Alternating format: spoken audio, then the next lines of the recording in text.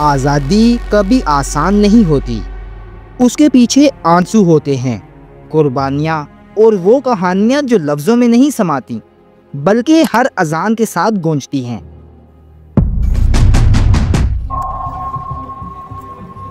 वो लम्हे जब ख्वाब बिखर रहे थे और ज़मीन आंसुओं और लहू से तर हो रही थी।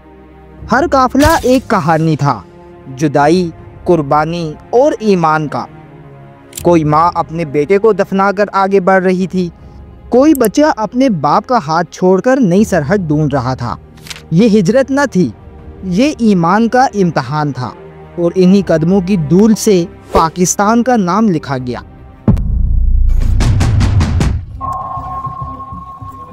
बियॉन्ड एहतिशाम के मुअज़्ज़िज़ दोस्तों, अस्सलामु अलैकुम। हिस्ट्री ऑफ पाकिस्तान की एक और नई एपिसोड में खुशामदीद। नाज़रीन, पिछली वीडियो में हमने देखा कि कायद-ए-आज़म की क़यादत और तकारीर ने मुसलमानों के ख्वाब को यकीन में बदल दिया। अब बात उस मकाम पर आ पहुंची थी जहां ख्वाब हकीकत में डलने वाला था, लेकिन उस हकीकत की कीमत बहुत भारी थी।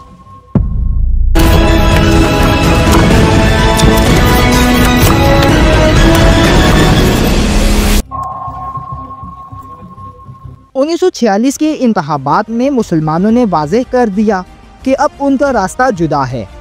मुस्लिम लीग ने तकरीबन तमाम मुस्लिम नशिस्तें जीत लीं। ये सिर्फ कामयाबी नहीं थी, ये ऐलान था कि अब बड़े सगीर के मुसलमान अपनी शनाख्त के लिए पुरज़्म हैं।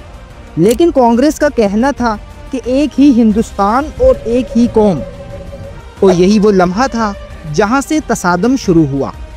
दोस्तों, कायद-ए-आज़म ने साफ अल्फाज में कह दिया, हमारा मुतालबा कोई ज़िद नहीं, ये हमारी बका का सवाल है। हम एक अलहदा कौम हैं और हमें एक अलहदा वतन चाहिए।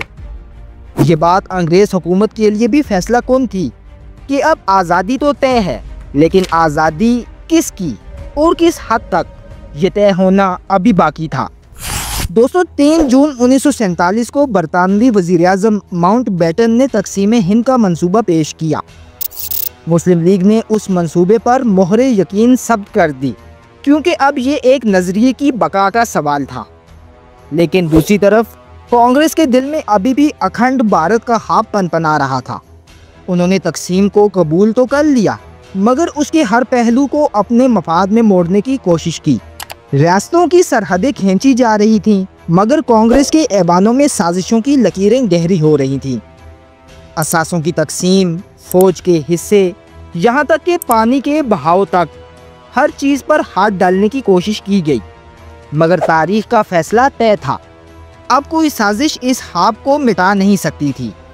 और यूं 14 अगस्त 1947 को दुनिया के नक्शे पर एक नया मुल्क उभरा, पाकिस्तान। लेकिन उस आज़ादी की कीमत आंसू और खून थी। नाज़रीन, आज़ादी की खबर जैसे ही फैली, सरहदों के दोनों तरफ तूफान मच गया।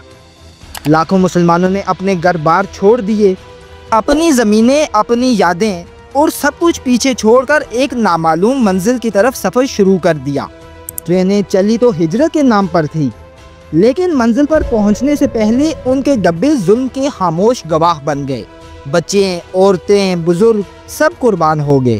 कोई शहर ऐसा न था जहां खून न बहा हो। ये तारीख की सबसे बड़ी माइग्रेशन थी, जिसमें तकरीबन 1 करोड़ से ज़ायद लोग अपने घरों से बेघर हुए।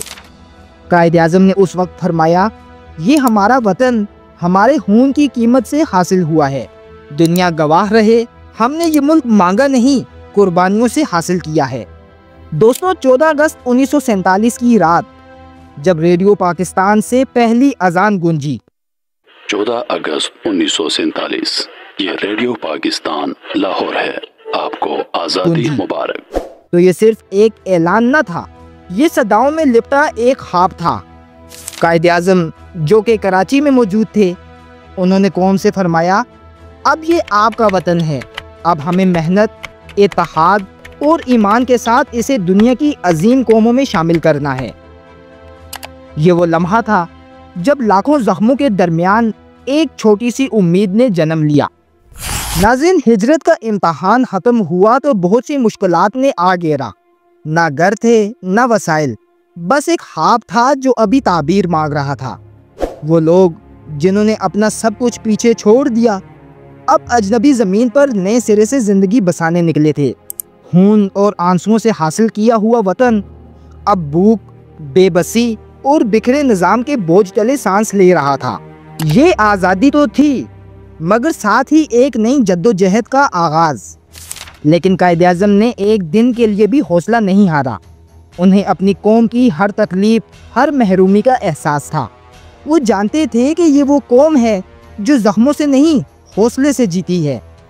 जब लोग मायूसी में डूबने लगते तो कायद-ए-आज़म अपने अल्फाज से उनमें एक नई जान डाल देते। उन्होंने कहा, याद रखो, कौमें मुश्किलात से घबराती नहीं बल्कि उनसे निखरती हैं। हमारी बुनियाद ईमान पर है। मुश्किलात ज़रूर हैं, मगर हमारा अज़्म उनसे बड़ा है।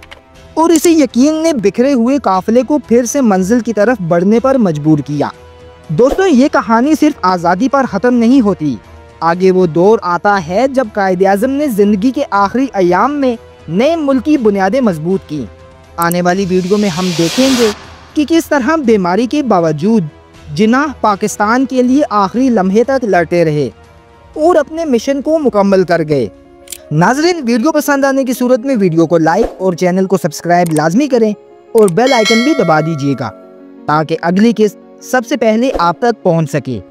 पाकिस्तान की तारीख के मज़ीद राज जानने के लिए हमारे साथ जुड़े रहिए। मिलते हैं इंशाअल्लाह अगली वीडियो में। तब तक के लिए अपना और अपने प्यारों का ख्याल रखिए और दुआओं में याद रखिएगा। अल्लाह हाफिज़, फ़ी अमान अल्लाह।